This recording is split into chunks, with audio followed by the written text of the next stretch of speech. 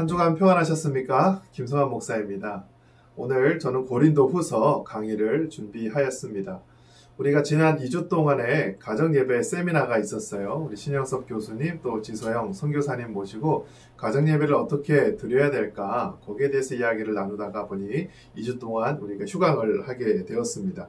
오늘부터 다시 이제 3월달까지 서신서를 계속 이야기하고자 합니다. 여러분 계속해서 또 신약성경을 읽어가시면서 또 하나님 말씀을 또 재미있게 알아가는 귀한 은혜의 시간이 되었으면 합니다.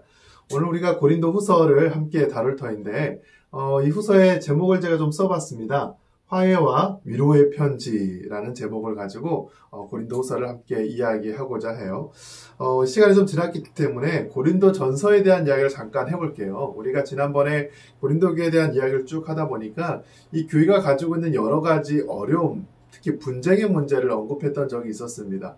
고린도 교회에 바울이 2차 전도 여행 때 약 1년 8개월 정도 머물면서 복음을 전한 곳이에요. 아주 오랫동안 디도, 유스도 집에서 함께 모여서 예배를 드렸고 그 가정을 중심으로 고린도 교회가 성장했다라고 제가 말씀을 드렸습니다. 그런데 어떤 문제가 있었느냐? 바로 여러 분쟁의 문제가 교회 안에 있었어요. 나는 바울파다, 나는 또 게바다, 나는 아볼로다, 나는 그리스도파다. 교회 안에 여러 가지 당파와 또 분파로 나뉘다 보니까 교회가 하나 되지 못한 모습들을 우리가 보게 됩니다. 이런 모습은 과거나 오늘날이나 동일한 것 같아요. 교회 안에다 보면 사람들이 모여있는 곳이다 보니 어떤 사람을 따를 것인가, 또 어떤 그룹들을 만들어갈 것인가, 그것을 통해서 교회 정치를 하게 되는 것을 보게 됩니다. 바울은 그런 문제에 있어서 강력하게 경고를 하죠. 오직 하나님을 바라볼 것을 제안을 합니다. 특별히 고린도 교회는 음행의 문제가 있었고요. 또 우상의 재물을 먹는 문제라든지 여러 가지 또 은사 때문에 어려움을 많이 겪었던 교회이기도 했어요. 바울이 열심히 복음을 전했지만 그가 떠난 다음에는 교회가 가지고 있는 여러 분쟁의 문제들, 갈등의 소지들을 잘 해결하지 못했습니다. 그래서 바울이 고린도 전서 편지를 쓴 거겠지요. 너희가 싸우지 말고 세상 법정에 소송도 하지 말고 음란한 것들, 그 고린도 교회 자체, 고린도 지역 자체가 상업도시이고 너무나 많은 퇴폐적인 문화가 있다 보니까 그들과 섞여 살 때 거룩하지 못하는 이 백성들, 성도들의 삶을 경계하면서 거룩한 삶을 살아갈 것을 또 이야기했는데 그런 문제들에 있어서 바울의 경각심을 보게 됩니다. 제가 지난번에 책을 한 권 소개한 적이 있었어요. 벤 워더링턴 우리 교수님의 책이었어요. 고린도에서 보낸 일주일. 아마 이 책을 읽어보시면 바울이 복음을 전했던 그 당시에 교회의 어떤 성장의 모습들, 그 당시에 복음을 믿고 살아가는 게 어떤 의미인가, 정치, 사회, 문화적인 그런 그리스 로마의 문화권에서의 어떤 삶을 좀 한 사람의 시각에서 자세하게 관찰한 책들인데 이런 책을 통하여서 여러분의 상상력을 좀 자극해 보시고 또 성경 말씀을 조금 더 입체감 있게 배울 수 있는 그런 시간이 되었으면 합니다. 저는 이제 바로 이어서 고린도후서 함께 이야기해 볼게요. 고린도후서의 저자는 당연히 사도 바울이겠죠. 바울인 게 분명합니다. 물론 이제 그가 앞에 이제 1장에서는 디모데랑 같이 책을 쓴다라고 이야기를 합니다만 바울의 저작인 것은 분명하는데 이 고린도 후서에는 어떤 문제가 있느냐? 고린도 교회에 대한 문제라기보다는 이 책 자체가 가지고 있는 몇 가지 오해들이 있어요. 고린도 전서는 글이 처음부터 끝까지 어떠한 중심 주제가 흘러가 있고요. 고린도 교회의 특정한 상황들에 따라서 바울의 적극적인 변호와 해명, 또 가르침을 주고 있는 것을 보게 됩니다. 그런데 이 고린도 후서 같은 경우는요, 우리가 물론 이제 한글로 번역된 성경을 읽다 보니까 하나의 책으로 받아들여지게 되지만 원서를 읽다 보면 문체가 좀 다르다라는 것을 알 수 있고 쓰여 있는 단어와 어휘들이 다른 바울의 저작들과 조금 차이가 있다라는 것을 알 수 있어요. 또 이 13장밖에 안 되는 이 책인데 그 안에서도 바울의 심경이 자꾸 이렇게 변화되는 것을 또한 보게 됩니다. 그러다 보니까 이게 고린도후서가 바울이 혼자 쓴 책이 맞을까에 대해서 학자들은 여러 가지 의심을 하게 되는 거예요. 이게 통일성 문제라고 그래요. 책이 처음부터 끝까지 통일, 하나의 중심 주제와 그 문체와 스타일대로 쓰여져 있느냐? 그렇지 않을 수도 있다라는 게 여러 학자들의 생각입니다. 왜 그럴까 읽어보시면 여러 조각들로 구성된 내용이라고 되어 있지요. 예. 고린도후서는 많은 이야기가 담겨 있습니다. 바울이 자신의 사도직을 강력하게 변호하는 장면이 여러 가지 많이 나와요. 그러면서 동시에 그들을 향해서 감사의 고백도 하고요. 또 그들에게 또 화해를 요청하기도 하고요. 또 헌금을 좀 해달라고 부탁을 하기도 하고요. 나중에는 화도 내기도 합니다. 그러니까 한 사람이 쓰는 편지라면 좀 차분하게 자기가 하고 싶은 말을 좀 조목조목 그렇게 해야 되는데 이 말했다가 저 말했다가 왔다 갔다 하는 게 많이 보여요. 또 차분하게 했다가 뭐 화를 내면서 했다가 여러 가지 그 감정의 변화들을 보이고 있는 것을 보게 됩니다. 이런 내용들을 봤을 때 이 고린도 후서가 바울이 쓴 책이 맞을까에 대해서 많은 사람들이 질문을 해요. 물론 저는 바울의 책이 맞다라고 생각을 합니다. 대신에 이 책은 한 번에 쓰여지지는 않을 수도 있겠다라는 생각이 들어요. 1장부터 2장까지 써놓고 또 며칠 뒤에 또 3장, 4장 또 써놓고 또 4장, 5장 그렇게 약간의 시간 차이를 두고 쓴 책이 아닐까라는 생각이 들어요. 자기의 어떤 감정의 기복에 따라서 막 그렇게 여러 가지 또 디도가 이제 중간에 오는 장면이 있거든요. 헌금을 또 가지고 또 이 고린도 교회 소식을 가지고 오는 장면이 있는데 그에 따라서 또 적절한 이야기를 주면서 이 여러 상황에 따라서 시차별로 쓰여진 책을 이렇게 모은 것이 아닌가라는 생각이 들게 됩니다. 왜 바울이 그렇게 이 고린도후서를 기록했을까? 여러 가지 이유가 있을 것 같아요. 이 고린도후서의 기록 목적은 크게 이제 4가지로 볼 수 있습니다. 첫 번째는 무엇이냐면 자신의 사도직 변호예요. 이 부분이 후서에서는 굉장히 중요한 부분입니다.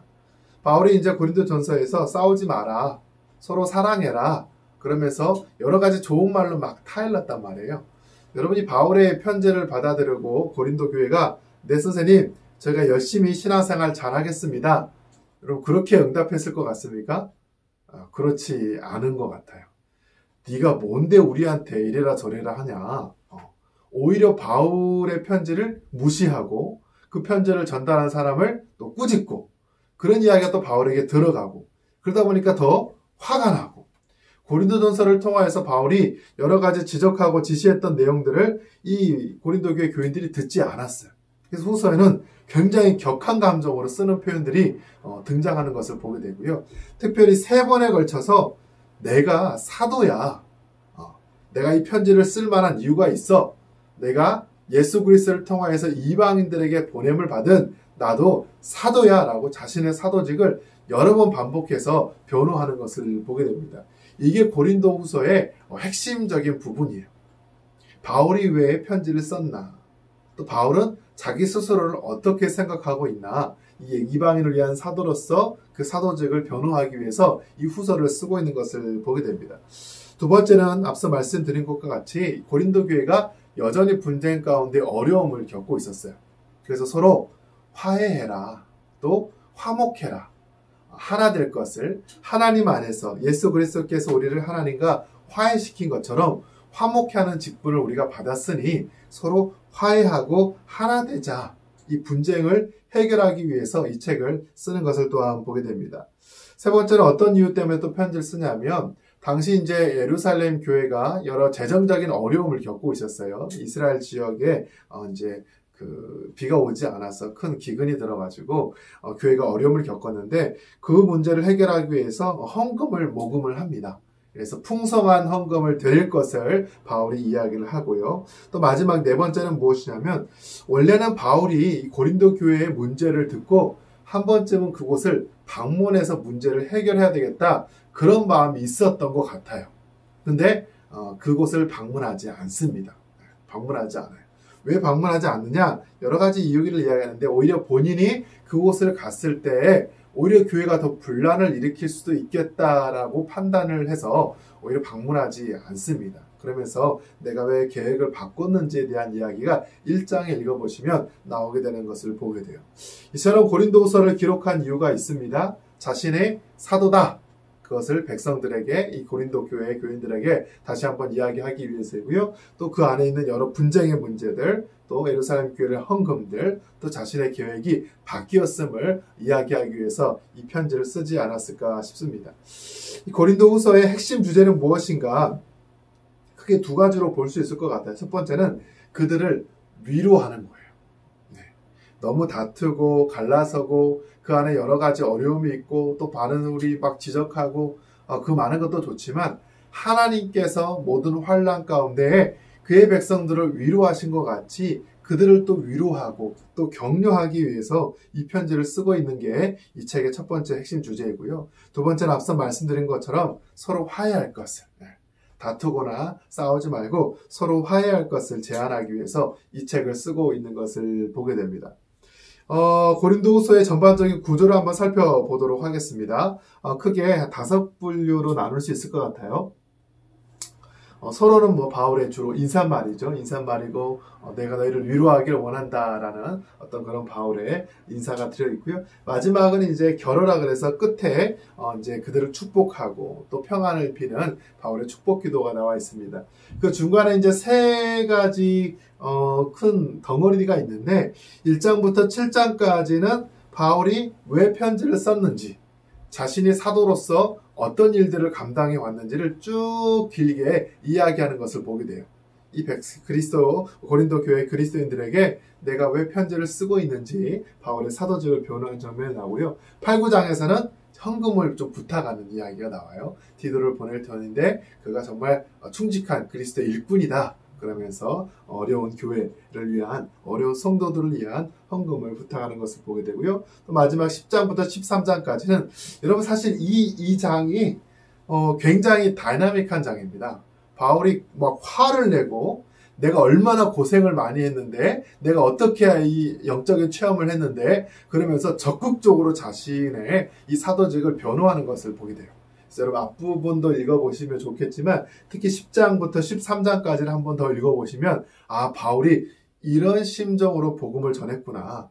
바울이 자신의 사도직을 감당하기 위해서 많은 어려움들이 있었구나. 그런 것들을 우리가 좀 생생하게 알 수 있을 것 같습니다.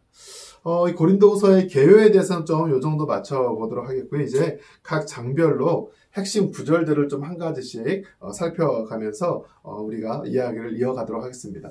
사실 고린도전서 또 앞서 로마서도 마찬가지지만 좀 큰 이야기들을 많이 했는데 이 고린도후서는 아주 중요한 구절이라든지 그런 부분은 실상은 많지는 않아요. 이미 전서에서 한 번씩은 바울이 자신의 사상을 다 이야기를 했기 때문에 후서에서는 여러 가지 좀 조목조목 이야기가 이렇게 나뉘어져 있는 것을 보게 됩니다만 그래도 각 장별로 중요한 부분들을 한번 살펴보도록 하겠습니다.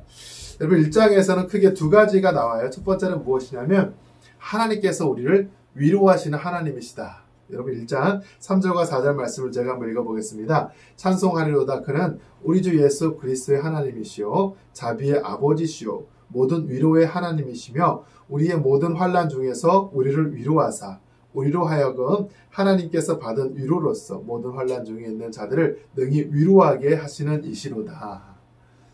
이 고린도 교회의 여러 가지 어려움, 처음에는 그들을 책찍질하고 그들에게 당부하고 훈계했지만 그럼에도 불구하고 바울이 한편으로는 그들을 향한 하나님의 위로가 있는 거예요.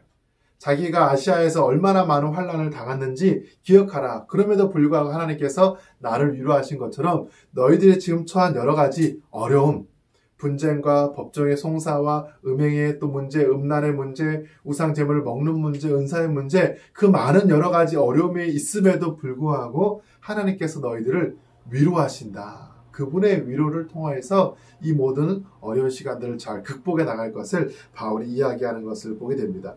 특히 1장에서 이 위로라는 단어가요. 굉장히 많이 나와요. 한번 여러분 이렇게 동그라미를 쳐가면서 읽어보십시오. 바울이 계속해서 위로를 이야기하고 있습니다. 재밌어요. 왜 이렇게 바울이 갑자기 위로를 강조했을까? 그가 가르치고 훈계하지 않고 따뜻한 하나님의 모습을 이야기하는 장면들을 우리가 보게 됩니다. 그리고 1장 뒷부분으로 가보시면 바울이 이 고린도 교회를 방문하려고 했지만 여러 가지 이제 계획이 바뀌었음을 이야기하는 부분이 있어요.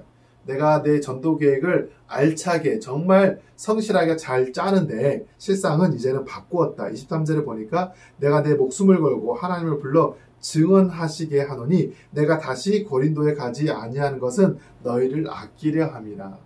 여러분 바울이 고린도전서를 딱 보낸 다음에 그 사람들이 내 편지를 받아들이지 않았다고 바울이 딱 그 교회에 도착했으면 어떤 일이 벌어졌을까요? 상상을 해보면 교회가 이렇게 쪼개졌을 수도 있을 것 같아요. 바울을 따르는 바울파 사람들은 뭐 좋아하고 환호하겠지만 게바라든지 또 아볼로라든지 다른 분파에 속해 있는 사람들은 너는 우리 스승을 따라갈래? 오히려 그러면서 교회가 더 어려움 속에 빠질 수도 있었겠다. 그래서 바울이 가지 않았던 이유가 바로 그들을 아낌이 그 교회를 하나 되게 만들기 위한 것이 아닌가, 저는 좀 그렇게 생각해 보았습니다. 그러면서 바울이 고린도 교회의 사람들을 여러 가지로 축복하는 것을 보게 되는데 2장에 보면 대표적인 내용이죠. 2장 15절에 우리는 구원받은 자들에게나 망하는 자들에게나 하나님 앞에서 그리스도의 향기니. 여러분, 그리스도의 향기라는 표현이 너무 멋지죠. 바울이 복음을 전했습니다. 그 복음을 위해서 헌신하고 충성되게 사명을 잘 감당했는 것을 이야기하면서 그게 바로 그리스도의 향기를 전하는 일이었다라고 이야기를 해요. 여러분, 이 향기라는 표현을 통해서 우리가 아름다운 꽃의 그 향기, 사람마다 느껴지는 어떤 그런 풍미들, 바울의 모든 사역과 복음이 입체감 있게 오감을 자극하는 자신의 삶의 언어를 통하여서 복음을 복음되게 하기 위해서 얼마나 많이 애썼는가를 유추해 볼 수 있게 하는 단어예요. 특별히 3장 3절에 보니까 너희는 우리로 말미암아 나타난 그리스도의 편지니. 이런 표현이 너무 아름답지 않습니까? 이는 먹으로 쓴 것이 아니 오직 살아계신 하나님의 영으로 쓴 것이며 또 돌판에 쓴 것이 아니 오직 육의 마음판에 쓴 것이라. 바울이 편지를 썼대요. 그 교회를 위해서 복음을 위한 여러 가지 내용을 편지를 썼겠지만 이 편지가 종이짝에 쓰여진 편지가 아니라는 거예요. 바로 너희 한 사람 한 사람이 바로 살아있는 하나님의 말씀으로서의 편지다. 먹으로 쓴 것이 아니라 하나님의 영으로 쓴 편지이다.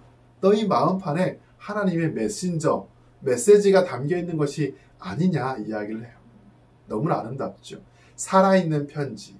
하나님의 편지로서 이 믿음의 사람들을 한 명 한 명씩 세워가고 또 믿지 않은 사람들에게 이 복음의 아름다운 이야기를 마음껏 전달하게 해주는 그 바울의 사역들을 우리가 또 유추해 보게 됩니다. 또 3장 17절 보면요. 주는 영이시니 주의 영이 계시는 곳에는 자유가 있느니라. 우리가 아직 복음에 대해서 온전하게 이해하지 못하다 보니까 각각 자신의 적은 생각으로 서로를 판단하고 또 정죄하고 그러면서 교회가 어려움에 빠져가는 것을 바울이 바라보면서 그렇지 않다. 하나님의 성령이 함께 있는 곳에는 자유함이 있다라고 이야기를 합니다. 그러면서 한 가지 아주 재미있는 비유를 들었어요. 바울이 모세가 그 시내산에서 하나님 만나고 왔을 때, 그치요? 그의 얼굴이 너무 광채가 나가지고 수건으로 얼굴을 가렸단 말이에요. 백성들이 그 모세의 얼굴을 바라보지 못했어요. 너무나 영광스러운 빛이 임했기 때문에. 바로 그 부분을 이야기를 하면서 18절에 우리가 다 수건을 벗은 얼굴로 거울을 보는 것 같이 주의 영광을 보매 그와 같은 형상으로 변화하여 영광에서 영광에 이르니 곧 주의 영으로 말미암음이라.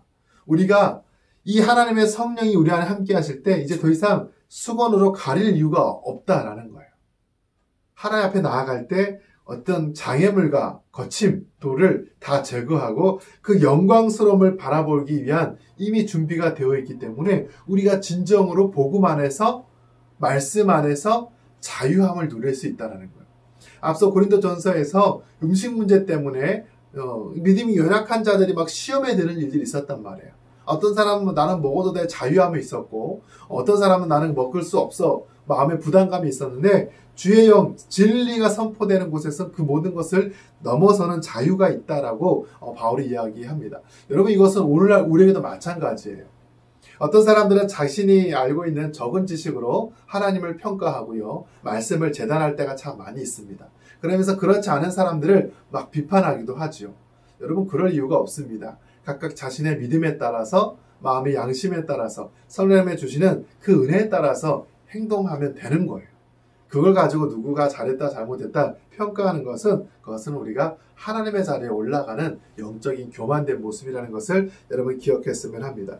4장으로 가볼까요? 바울이 우리에게 무엇을 이야기하냐면 어두운 데에 빛이 빛이라 말씀하셨던 그 하나님께서 예수 그리스도의 얼굴에 있는 하나님의 영광을 아는 빛을 우리 마음에 비춰주셨느니라.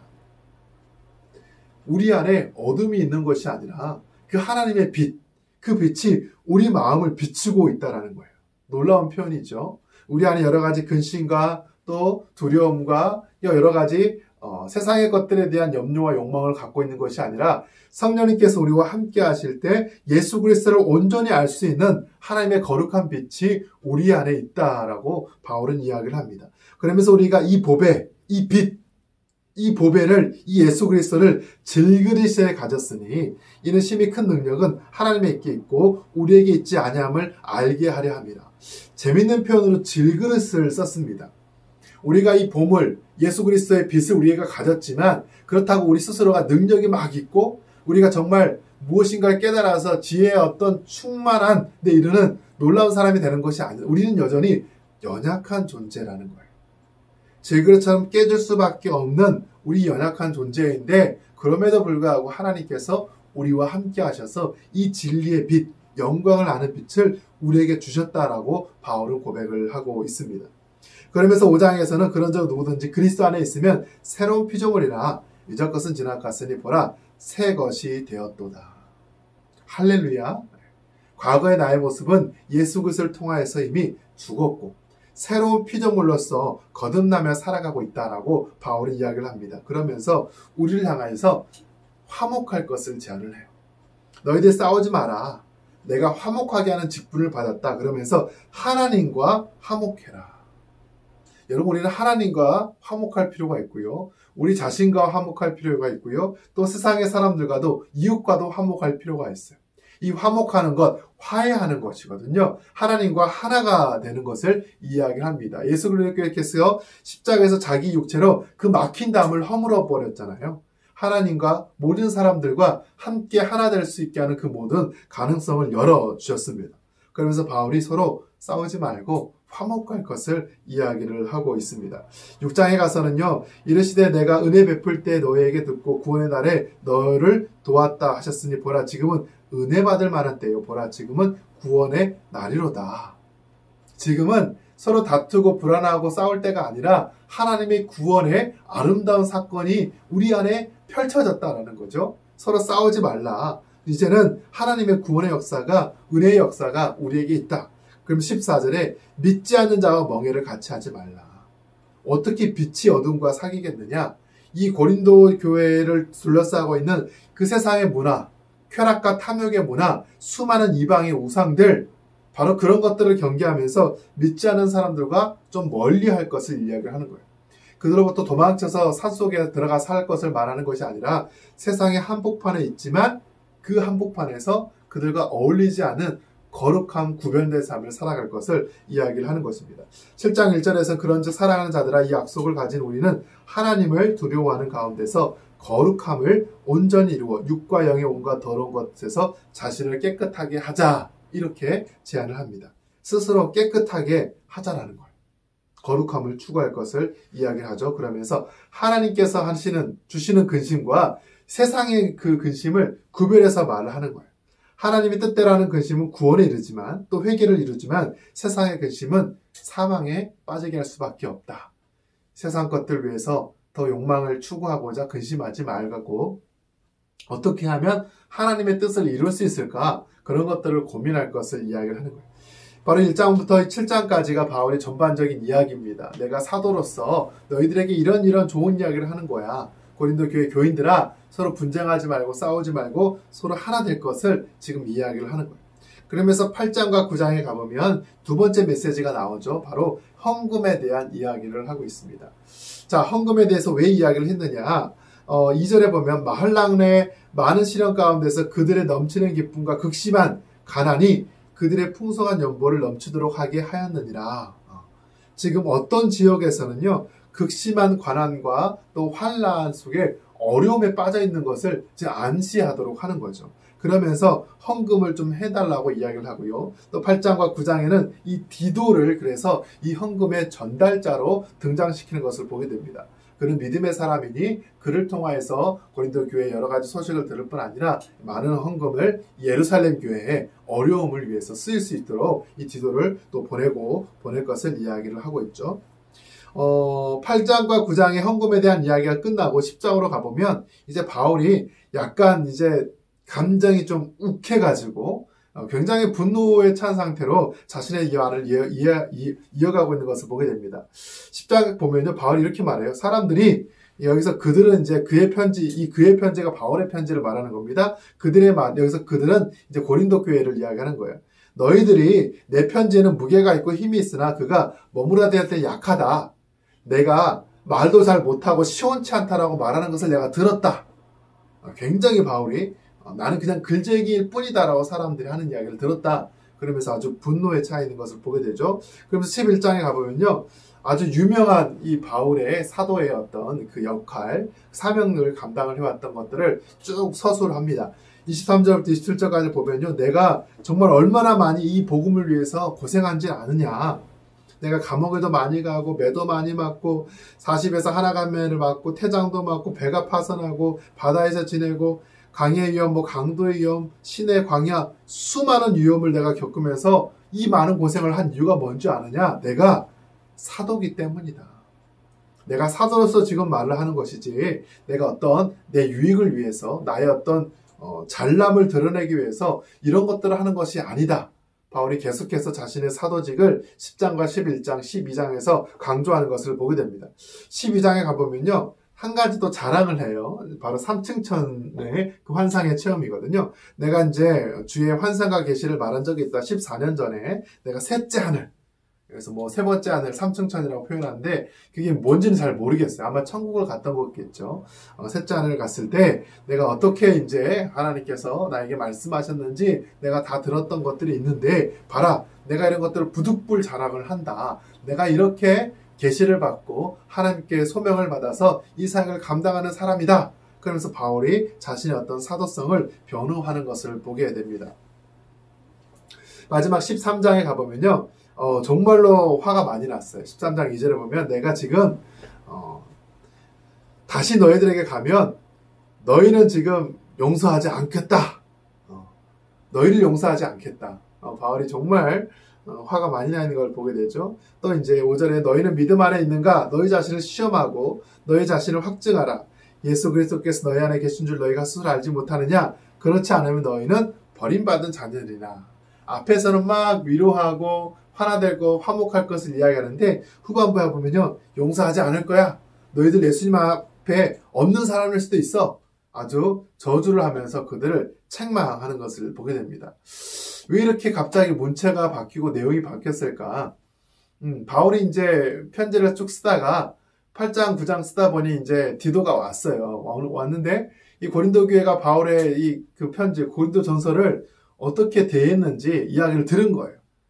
바울은 말도 잘 못하고 막 만나면 별것도 없고 그러다 보니까 편지를 잘 쓰다가 10장에 넘어갔을 때는 이제 화가 많이 난 거죠. 그러면서 자기가 왜 이 편지를 썼는지 내가 얼마나 고생하고 너희를 위해서 이렇게 했는데 너희가 나한테 이렇게 했어? 그러면서 아주 많은 분노를 쏟아내는 것을 보게 됩니다.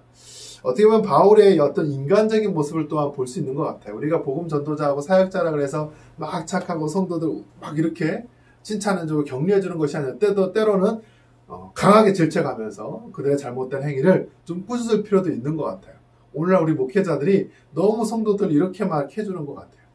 물론 이제 격려하고 칭찬도 해줘야 되지만 때로는 강하게 지적을 할 때는 해야 되거든요. 근데 서로 또 관계가 좀 깨질까봐 상처받을까봐 그렇지 못하는 부분들이 있는데 그런 것들이 교회를 더 약화시키는 것이 아닌가라는 생각을 또 함께 해보게 됩니다. 오늘 제가 준비한 이 고린도 후서의 내용은 여기까지입니다. 특별하게 일관된 내용을 읽는 것은 아니지만 바울이 후서를 써가면서 이 고린도 교회에 대한 애정을 한 번 더 보였고요. 고린도 교회가 여러 가지 문제 속에 여전히 해결되지 않았던 것들을 함께 알 수 있고 특별히 이 후서 같은 경우는 바울의 이 사도직 변호가 핵심이었다. 내가 열심히 복음을 위해서 최선을 다했을 때 사람들이 인정해주지 않으면 굉장히 낙담할 수밖에 없잖아요.